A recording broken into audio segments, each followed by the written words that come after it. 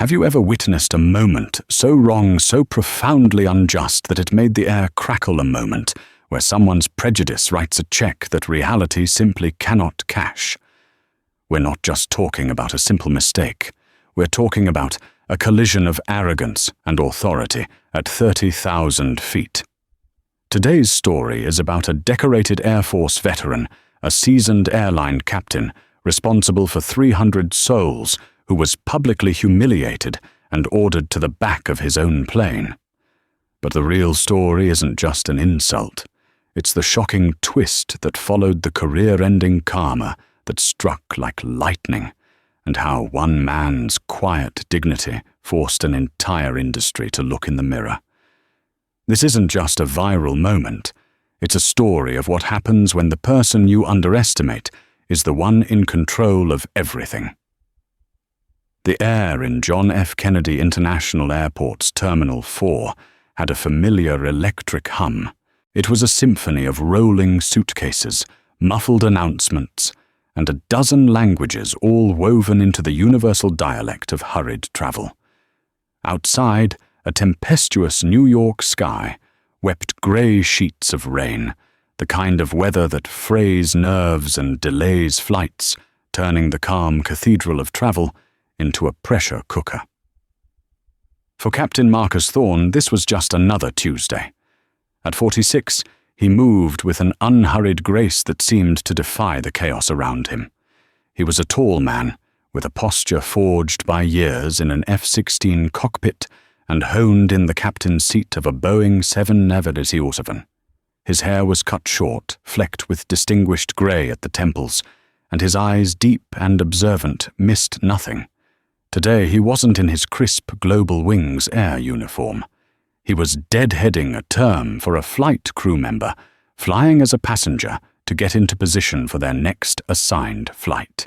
His trip was a short one, JFK to Los Angeles, where he would then command the prestigious overnight flight to Sydney. For this short domestic leg, he was dressed in comfortable but smart civilian clothes, dark slacks, a polished pair of leather shoes, and a simple but well-fitting navy blue polo shirt. In his hand, he carried a black rollerboard suitcase and a leather flight bag containing his headset manuals and the essentials of his trade. He projected an aura of quiet confidence, the kind of man you'd instinctively trust in a crisis. He approached Gate B-24, where Global Wings Flight 215 to LAX was already in a state of agitated delay. The departure time had been pushed back twice due to weather, and the crowd of passengers was restless. At the center of this storm was the gate agent, a woman named Brenda Walsh. Brenda was in her late 50s with a severe haircut and an expression that suggested she'd been chewing on lemons all morning.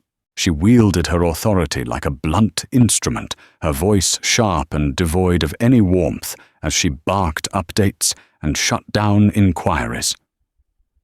15 years with the airline had worn away her patience, leaving only a rigid adherence to rules and a simmering resentment for the demanding public she served. Among the waiting passengers was a woman who was making herself known to everyone within a 20-foot radius. Her name was Karen Miller.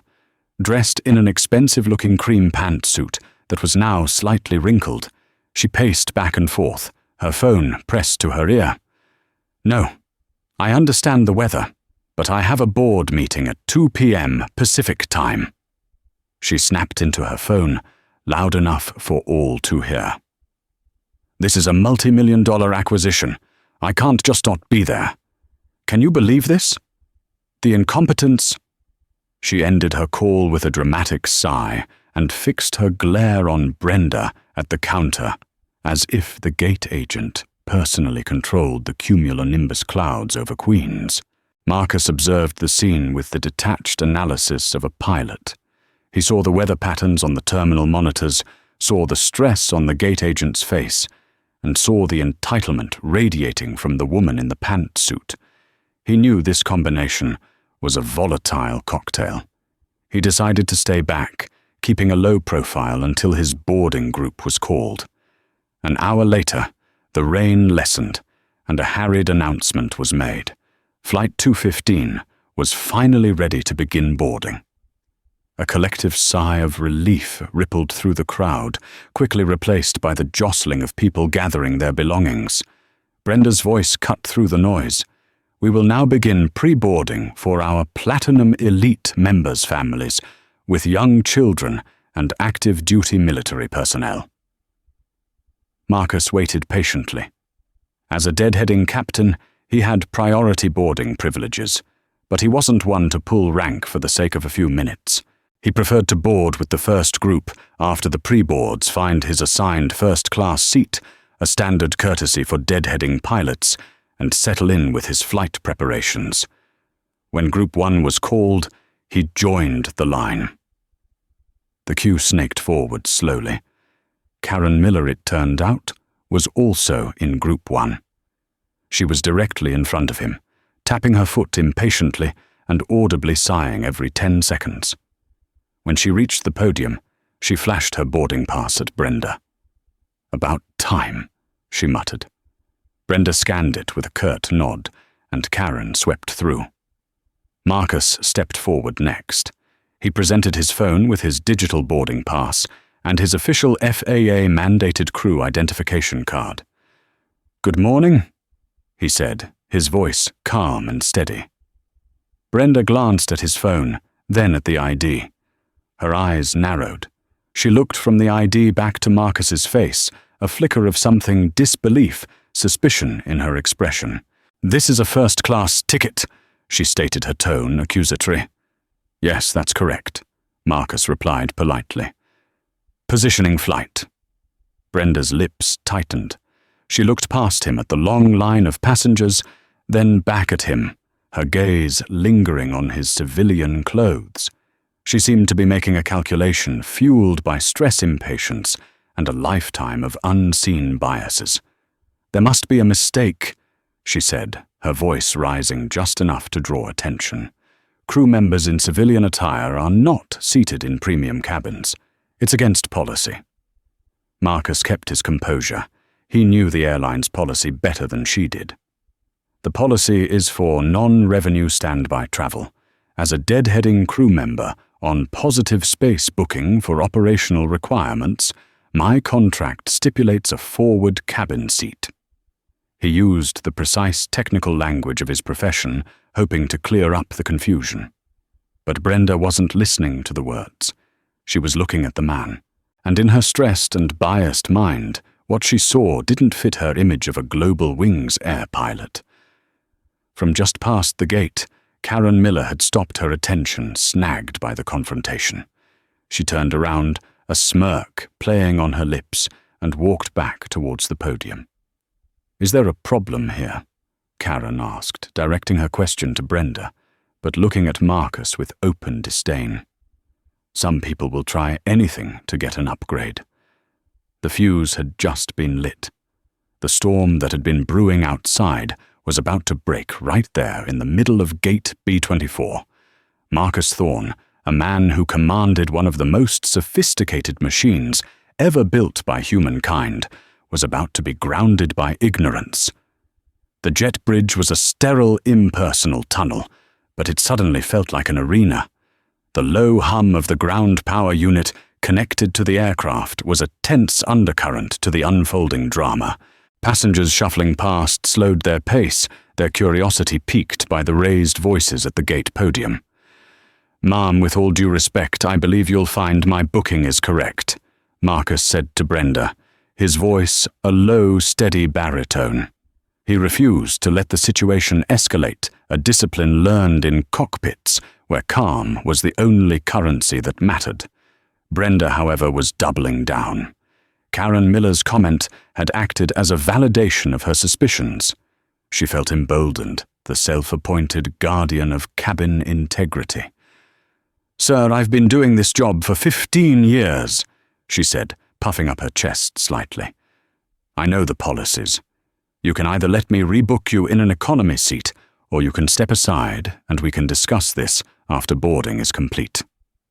She gestured dismissively towards the back of the line. The insult was layered. It wasn't just about the seat.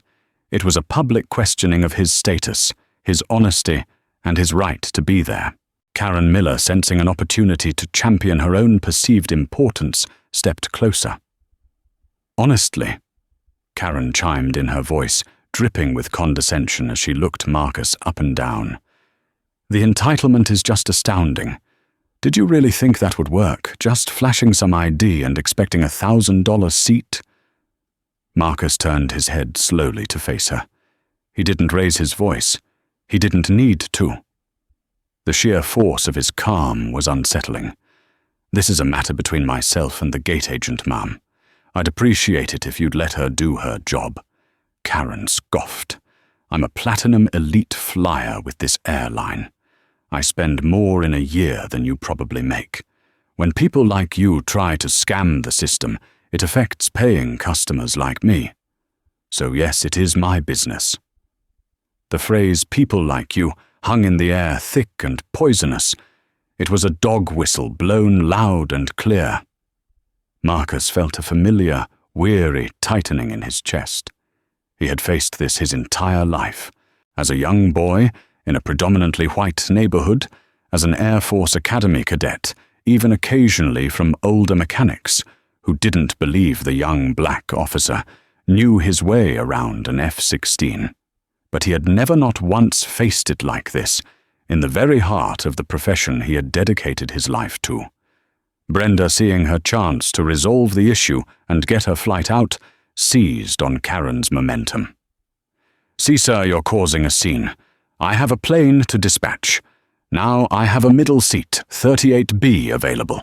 Take it, or I will have you removed from the flight for being a disruptive passenger." It was a stunning overreach of authority. The threat was absurd. He hadn't raised his voice, hadn't made a single aggressive move.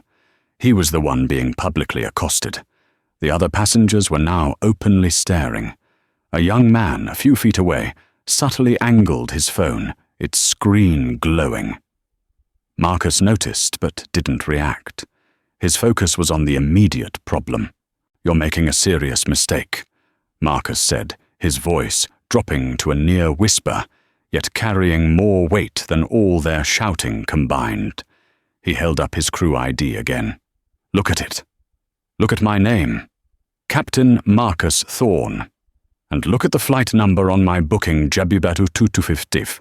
Now check your flight manifest. Check the crew list for the connecting flight out of LAX tonight." Brenda glanced at the ID again, but it was a cursory, dismissive look. Her mind was already made up. "I don't have time to play games. 38B, final offer." "I am not a passenger in the traditional sense," Marcus tried one last time, enunciating each word with precision.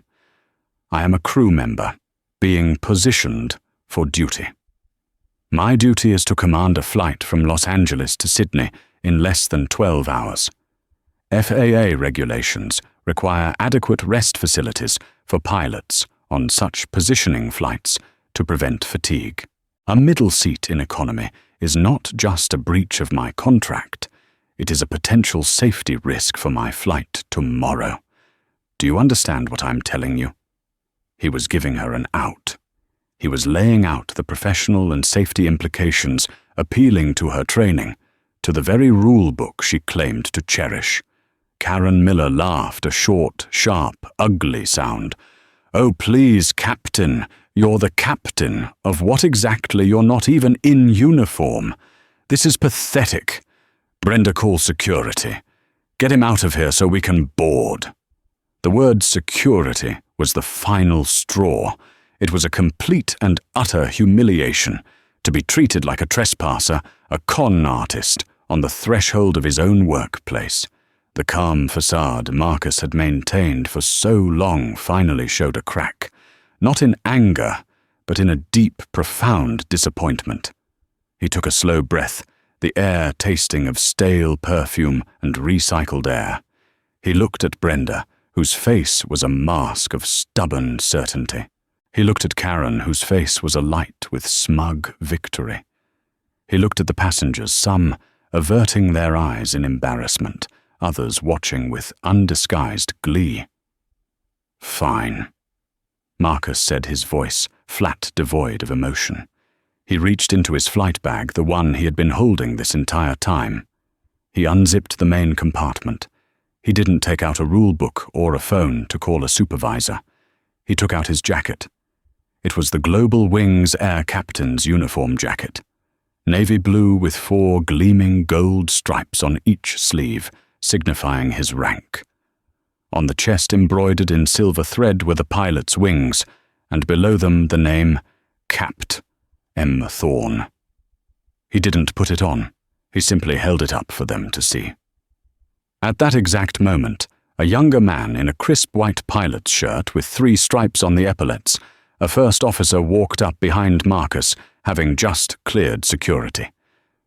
"Hey, Marcus," he said, smiling. "Sorry I'm late, the crew line was a mess. Ready to head to LA?" He clapped Marcus on the shoulder, then noticed the scene. He saw Brenda's gaping mouth, Karen's frozen sneer, and the jacket in Marcus's hand. His smile vanished. "What's going on here?" First Officer David Smith asked, his eyes darting between the gate agent and his captain. Marcus finally broke his gaze from the 2 women and looked at his first officer. A small, sad smile touched his lips. "Dave," he said, his voice resonating through the now silent gate area. "It seems we have a problem.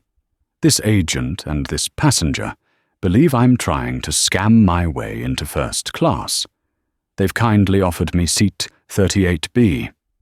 He paused, letting the full weight of the situation land.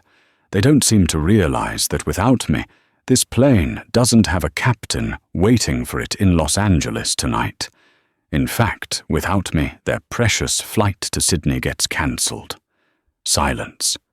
It descended upon gate B24 with the force of a physical blow. The ambient noise of the terminal, the distant announcements, the rolling suitcases, the chatter all seemed to fade into a muted hum. In that bubble of deafening quiet, the only thing that mattered was the navy blue jacket in Marcus Thorne's hands, its 4 gold stripes catching the harsh fluorescent light like bars of solid gold. First Officer David Smith stared, his mind processing the scene in staccato bursts. Marcus, his captain, his mentor, the condescending passenger, the rigid gate agent, the uniform jacket, the phrase, "Seat 38B." The pieces clicked into place with horrifying clarity. Brenda Walsh's face went slack. The blood drained from it, leaving behind a pasty grey pallor. Her mouth hung slightly ajar, as if she had forgotten how to close it. Her eyes, which minutes ago had been hard with suspicion, were now wide with dawning horror. She stared at the jacket, then at Marcus's face, then back to the jacket. The name embroidered on the chest, Capt. M. Thorne seemed to shimmer and grow, burning itself into her vision. The man she had threatened, belittled, and tried to banish to a middle seat was not just a pilot. He was a captain. The captain. Karen Miller's reaction was a slow-motion implosion of arrogance. The smug, victorious smirk on her face didn't just disappear. It was wiped away, replaced by a contorted mask of confusion, then disbelief, and finally panic. Her eyes darted from Marcus to Dave Smith, the uniformed first officer, whose presence lent undeniable credence to the unbelievable. She looked at the jacket, at the 4 stripes that screamed authority in the aviation world, and a choked, sputtering sound escaped her lips. That's not possible," she stammered, her voice a mere whisper. "You're not?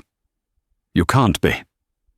Dave Smith stepped forward, placing himself slightly beside Marcus, a silent show of solidarity. He fixed Brenda with a glare as cold as the stratosphere. "What did you do?" he demanded, his voice low and furious. "What the hell did you say to him?" Brenda flinched as if struck. She couldn't form words. Her hand, which had been resting on her keyboard, began to tremble. She looked at her computer screen, at the manifest she could have checked 10 minutes ago. With a shaking finger, she tapped a few keys, her eyes scanning the crew list for the LAX SYD flight. There it was in black and white, Thorne Marcus. Captain. The electronic text was an irrefutable indictment of her actions. The young man who had been filming, sensing this was the climax, held his phone steadier. Other passengers who had been shuffling awkwardly were now frozen, watching the corporate execution unfold. Marcus, however, displayed no sense of triumph. There was no "I told you so" on his face. Only a profound, soul-deep weariness. He folded the jacket neatly over his arm. He looked directly at Brenda. "Your name is Brenda Walsh," he said, reading her name tag. His voice was not angry, but it was heavy with consequence. "You have not only violated company policy and the terms of my contract, but you have created a hostile and discriminatory environment in full view of your customers. You made a judgment based on my appearance, and you refused to perform the basic due diligence of your job when I gave you multiple opportunities to do so." He then turned his gaze to Karen Miller.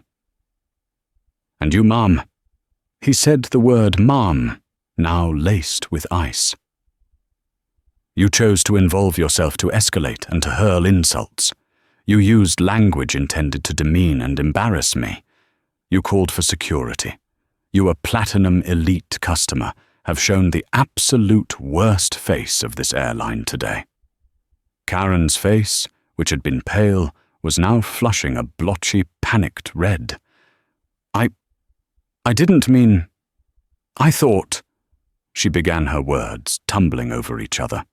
"It was a misunderstanding. I'm sorry, I apologize." Her apology was thin, reeking of self-preservation, not genuine remorse. It evaporated before it even reached him. Marcus ignored her. He looked back at Brenda, who now seemed to be shrinking behind her podium. "I will be filing a formal complaint with the company and a report with the FAA regarding this incident. The safety implications of attempting to force a fatigued crew member onto a long-haul international flight are not trivial." First Officer Smith then took a step forward. "I am a witness to this entire exchange," he said, his voice ringing with authority, "and I will be co-signing that complaint." The finality in their tones was absolute. This wasn't something that could be smoothed over with a hasty apology. A line had been crossed, a professional and personal boundary breached so spectacularly that there was no going back. Just then, the lead flight attendant for Flight 215, a calm and experienced woman named Maria Rodriguez, came up the jet bridge from the aircraft. "Captain Thorne, First Officer Smith, is everything all right? We're ready to close the door." She had used his title. Captain Thorne. The public confirmation from another uniformed crew member was the final nail in the coffin of Brenda's and Karen's denial. Marcus turned to Maria, and for the first time, a hint of his usual warmth returned to his eyes. "Almost, Maria. We've just had a small, procedural issue here at the gate." He then looked back at Brenda, whose eyes were now glistening with tears of pure terror for her job. He pointed a single finger at Karen Miller. "But before we sort that out," Captain Thorne said, his voice leaving no room for negotiation, "this passenger is not getting on this aircraft. She has demonstrated a level of aggression and instability that makes her a potential threat to crew and passenger safety. I am invoking my authority as the acting pilot in command for all related Global Wings operations at this gate. She is to be denied boarding. That is a direct lawful order." The gasp from Karen Miller was audible across the terminal. The Karma had just begun its descent. Captain Thorne's declaration landed with the force of a verdict. The words, "denied boarding," echoed in the confined space of the jet bridge, a sentence pronounced from which there was no appeal.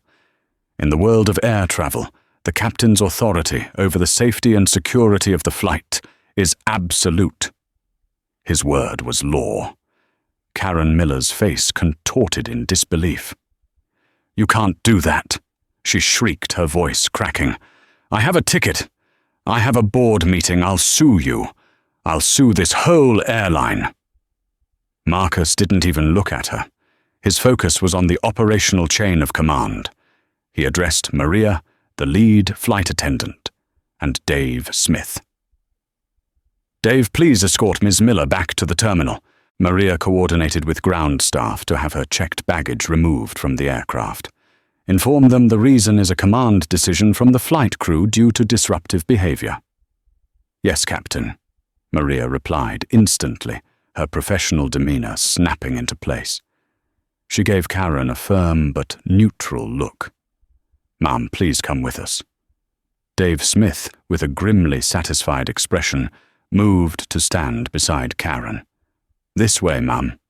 "No, get your hands off me," Karen yelled, pulling her arm away as if his touch were electric. "Brenda, do something." But Brenda Walsh was a statue carved from fear. She stood paralyzed, her hands hovering uselessly over her keyboard. She had gone from being the arbiter of the gate to an irrelevant, terrified bystander in the span of 5 minutes. She had backed the wrong horse in a race she should never have run. Seeing she would get no help, Karen turned her fury back on Marcus. "You will regret this.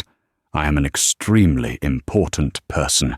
I know people, powerful people at this airline. The most important people on any flight are the ones who can follow basic instructions and behave with a shred of human decency," Marcus replied coolly. "You failed on both counts. You are a security risk. You are not flying today." His finality broke her. Karen's tirade crumbled into sputtering, incoherent threats as Dave gently but firmly guided her away from the jet bridge and back into the terminal, where her loud protests were swallowed by the vastness of the concourse. The public humiliation she had tried to inflict on Marcus had boomeranged back with devastating precision. With the immediate disruption handled, Marcus turned his attention back to the flight. He looked at Brenda, who was now openly weeping, silent tears streaming down her face. He felt a flicker of pity, but it was quickly extinguished by the cold reality of what she had done. "Find another agent to finish boarding this flight," he instructed Maria. "Ms. Walsh is in no condition to continue her duties.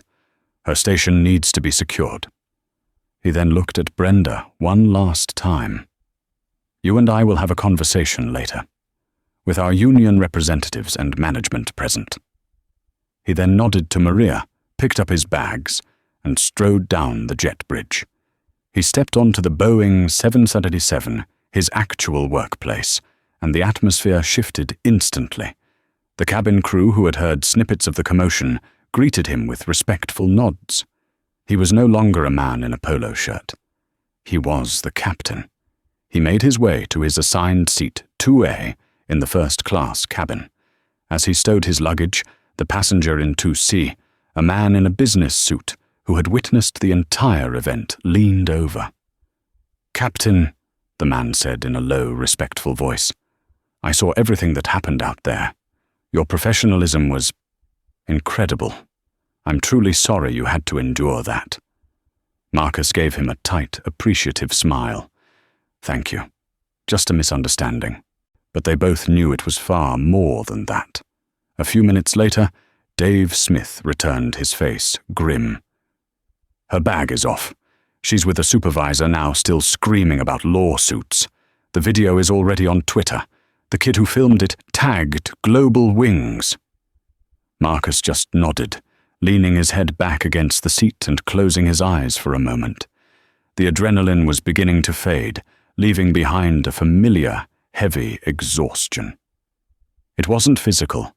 It was a soul-deep weariness that came from fighting battles he shouldn't have to fight. He was the commander of a multi-million-dollar aircraft responsible for hundreds of lives.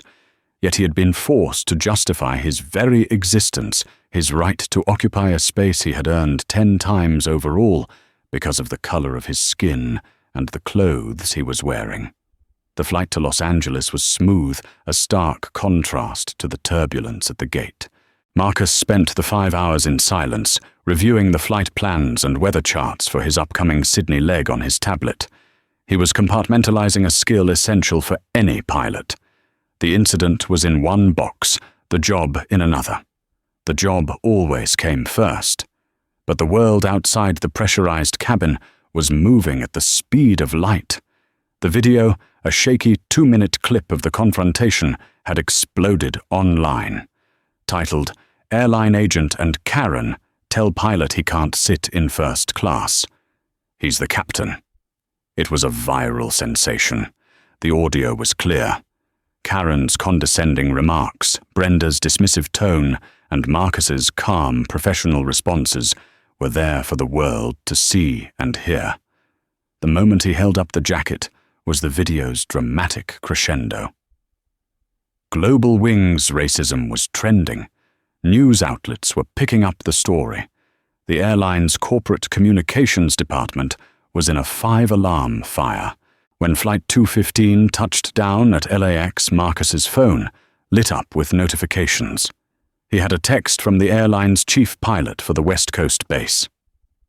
"Marcus Richard Sterling wants to speak with you urgently.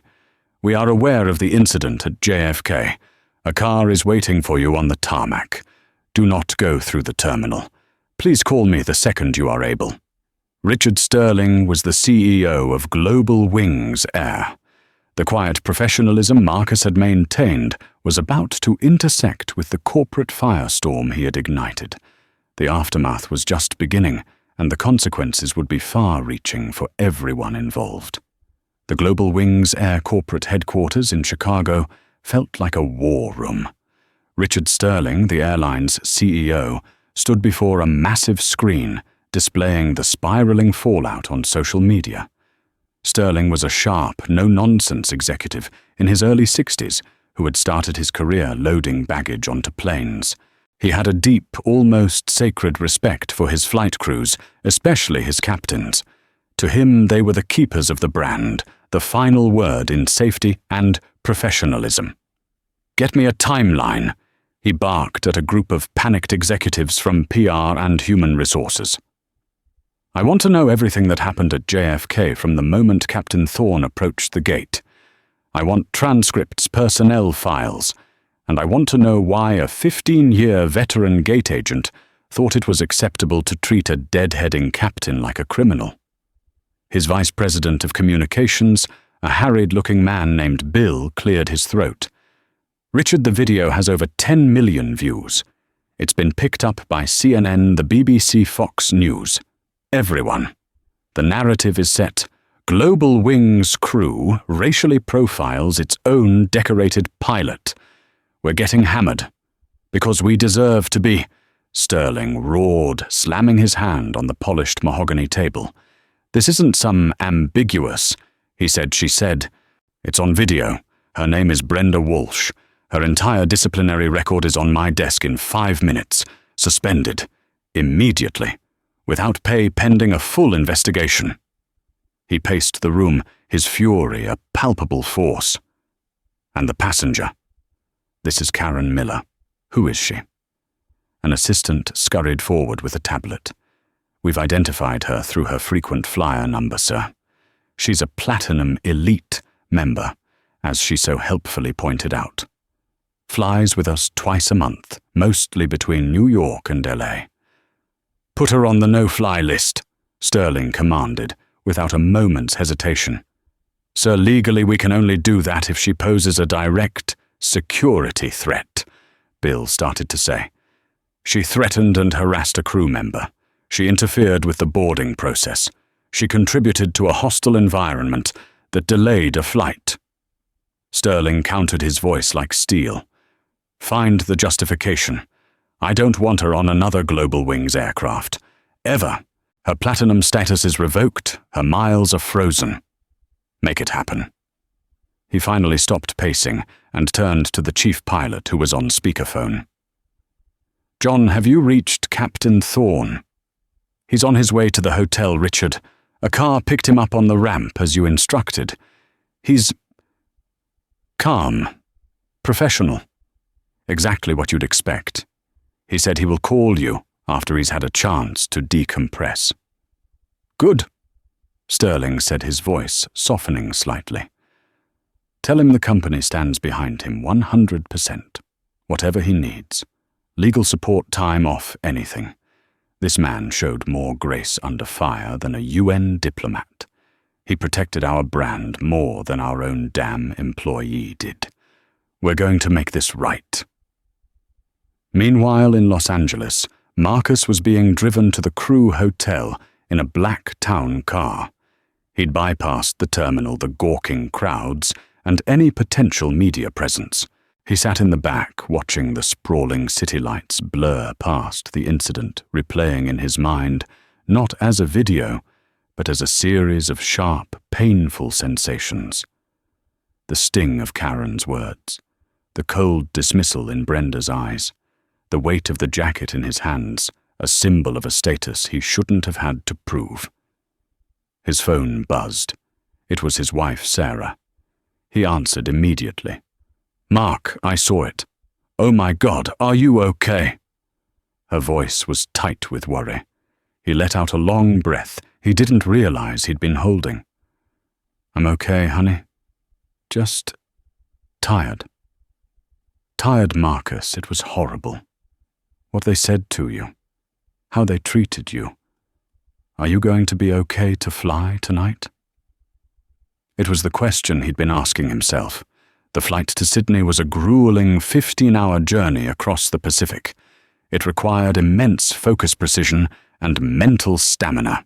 Could he put the venom of the morning behind him and safely command the aircraft? I'll be fine, he said, more to convince himself than her. It's my job. Dave is with me. We'll get it done. He knew, however, that this was different. The emotional toll was heavier than any crosswind he'd ever landed in. Back in New York, the lives of the two women who had caused the firestorm were disintegrating. Brenda Walsh received the call from her station manager. She was suspended effective immediately. She was to turn in her badge and was not to return to airport property until the investigation was complete. She hung up the phone in a daze. 15 years of service, of showing up early and staying late, of dealing with angry passengers and stressful delays, all gone. She sank onto her sofa, the viral video playing on her daughter's laptop in the next room, her own shrill voice, her own ugly assumptions echoing through her small apartment. She wasn't just a villain on the internet. She was a woman who was about to lose everything because of a prejudice she'd never admit she had. For Karen Miller, the karma was faster and more brutal. She had been identified by online sleuths within an hour of the video's upload. Her name, her employer, a high-end consulting firm, and her LinkedIn profile were plastered all over the internet. Her company's social media pages were flooded with furious comments demanding her termination.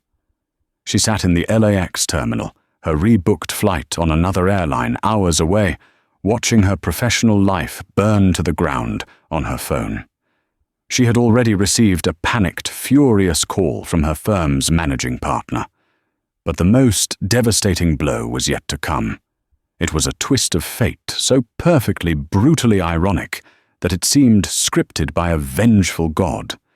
As the corporate team at Global Wings Air continued to dig into her background, a junior executive in the HR department suddenly went pale.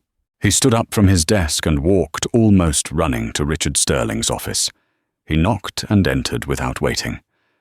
Richard, we have a problem. A very, very big problem. What now? Sterling snapped, exasperated. Karen Miller.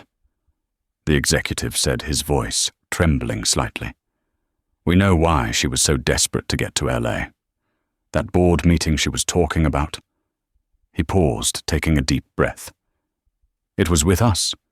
We were about to sign her firm to a 7-figure contract to overhaul our entire corporate diversity and inclusion training program.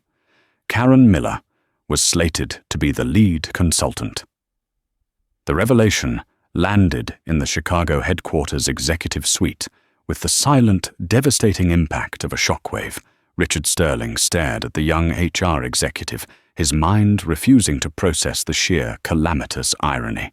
The woman who had just become the global face of public racism against one of his own captains was the very person they were about to pay a fortune to teach them how not to be racist. "You're joking," Sterling said, his voice dangerously quiet. "Tell me you are joking." The executive shook his head, looking terrified. "The contract is on my desk, sir. It was scheduled for signing tomorrow morning. Her firm, Miller Consulting, came highly recommended." She was the star. Sterling let out a sound that was somewhere between a laugh and a groan of despair. He sank into his chair, rubbing his temples. The absurdity was staggering. The crisis had just morphed from a PR disaster into a full-blown existential corporate nightmare. Not only had their systems failed, but their vetting for the very people meant to fix those systems had failed in the most spectacular way imaginable. "Kill the contract," Sterling said, his voice flat. "Obviously. Send their board a link to the video and a termination letter for cause. Let them deal with their star consultant. Then get our legal team ready, because I have a feeling they're going to try and fight it." He looked up, his eyes hard. "And I want a full review of how we chose this firm. I want to know who recommended her. I want to know everything." The unraveling of Karen Miller's life was swift and merciless. Her firm, in a desperate act of damage control, fired her via a publicly released statement within hours, denouncing her behavior and claiming it was antithetical to the core values we espouse. She was a pariah. The multi-million-dollar acquisition she was meant to oversee was now being handled by a junior partner. The career she had meticulously built on a foundation of feigned corporate enlightenment had been demolished by her own authentic prejudice. Stranded at LAX, she turned off her phone, unable to bear the flood of hateful messages and news alerts chronicling her downfall. She was no longer a platinum elite flyer. She was just a woman in a wrinkled pantsuit, alone in a sea of anonymous travelers, her name now a synonym for arrogant bigotry. Meanwhile, Captain Marcus Thorne was preparing for his flight to Sydney. After a brief, fitful attempt at sleep, he had a long conversation with Richard Sterling. The CEO was profusely apologetic, assuring Marcus of the company's unwavering support and promising swift, decisive action. "Captain Owash saw Rotador," Sterling had said. "This is a wound on our company, and you were the one who had to suffer it. I am giving you my personal word. We will use this to enact real, meaningful change. And your voice will be central to that process. But for now, your only concern is your flight.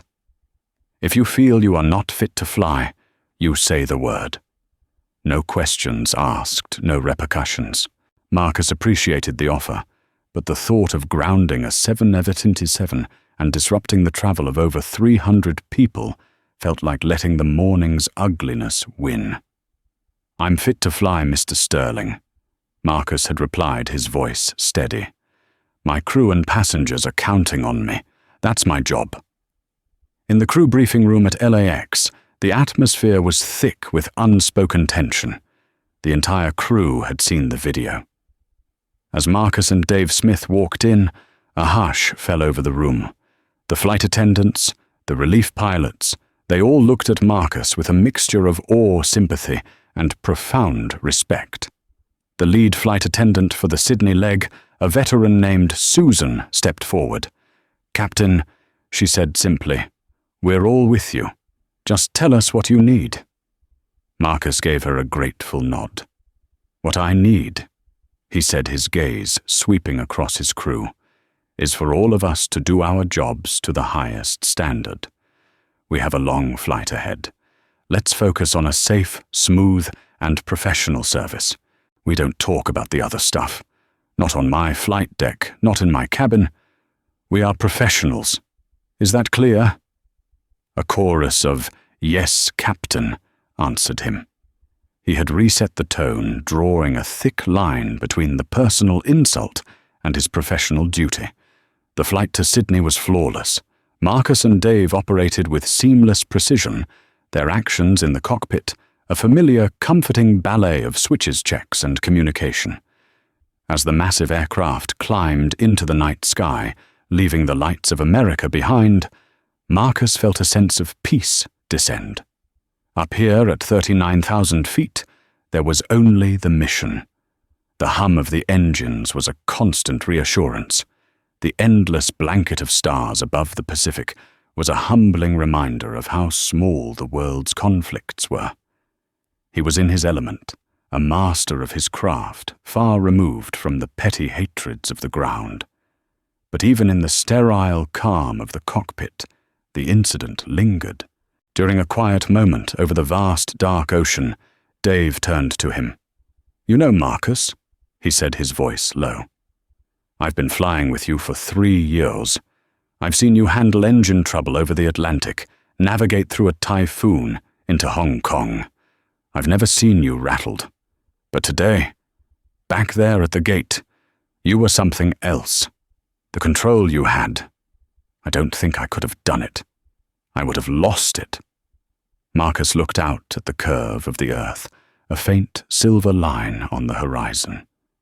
"Losing it is a luxury I can't afford, Dave. Never could." He paused. "When you're a black man in a position like this, you're always aware that you're being watched. You represent more than just yourself. You make one mistake, lose your cool one time, and they'll use it to justify their prejudice against everyone who looks like you. See, I knew it. They're not professional. They're aggressive. So you learn to compartmentalize. You learn to be better, calmer, more perfect than everyone else. Because you have to be."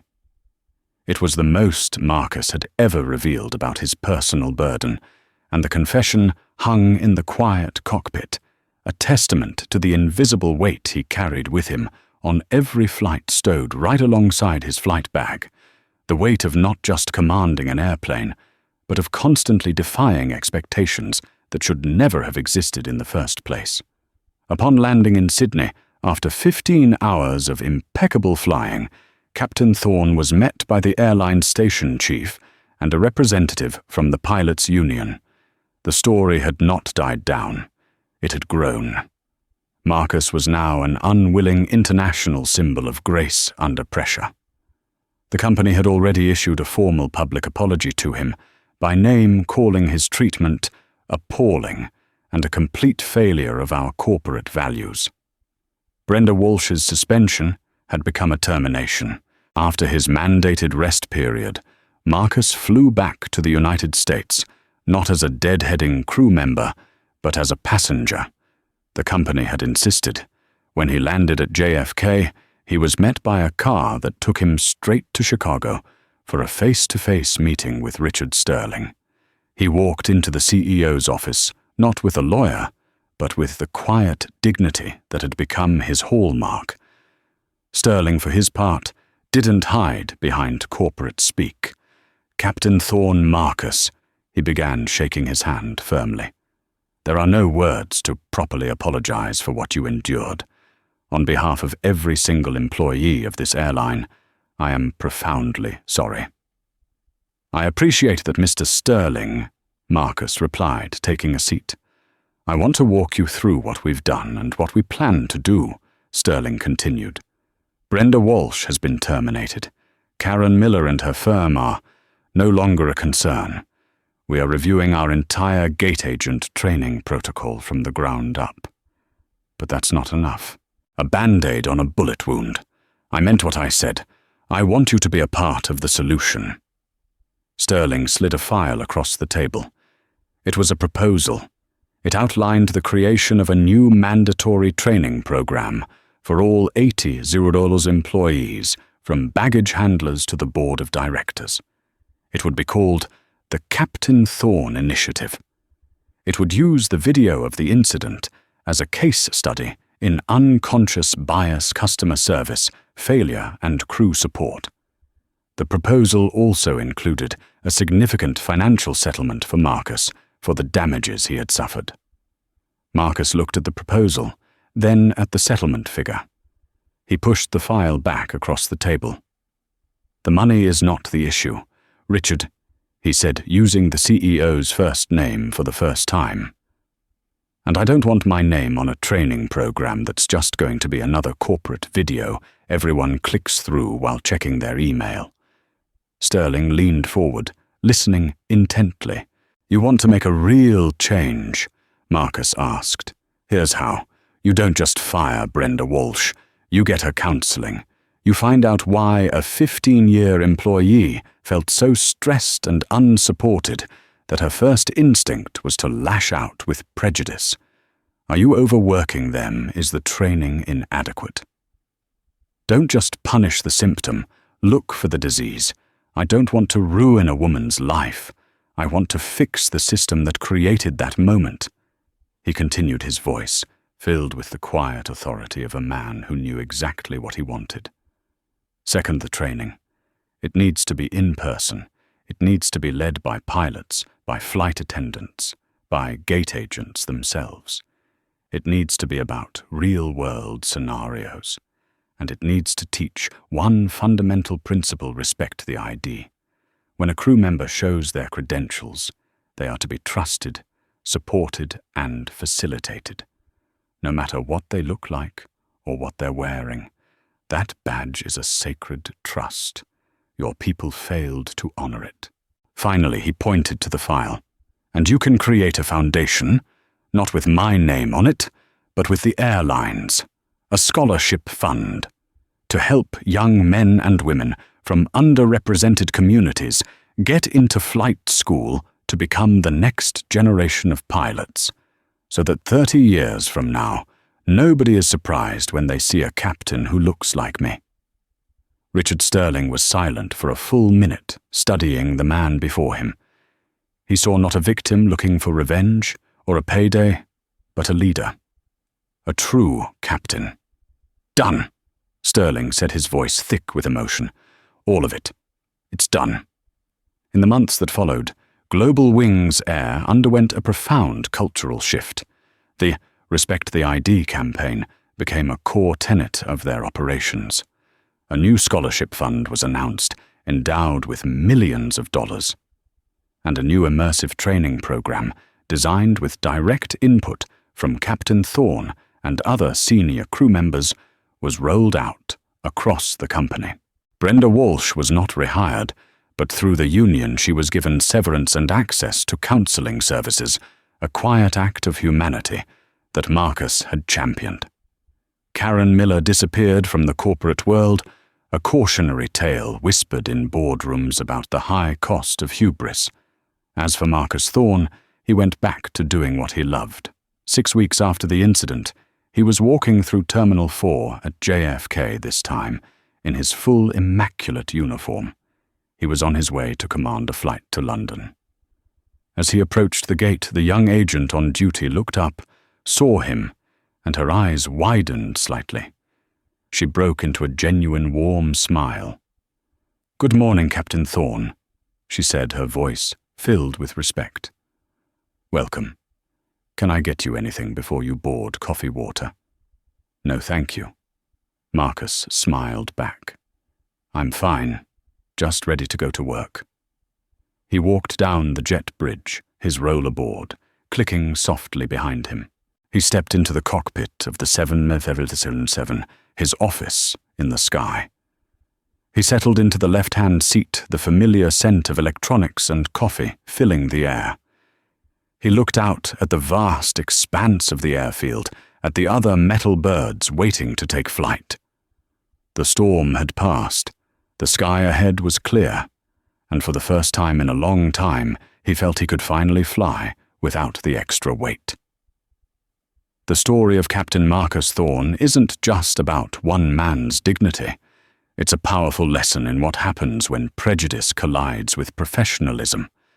It reminds us that Behind every uniform, there's a human being who has earned their place, and the true authority comes not from a title but from character.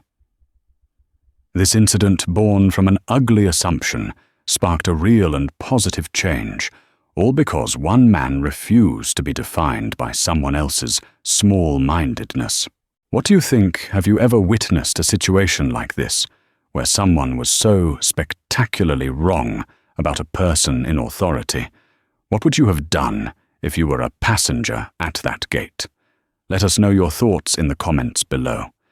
These conversations are so important. If this story resonated with you, please hit that like button.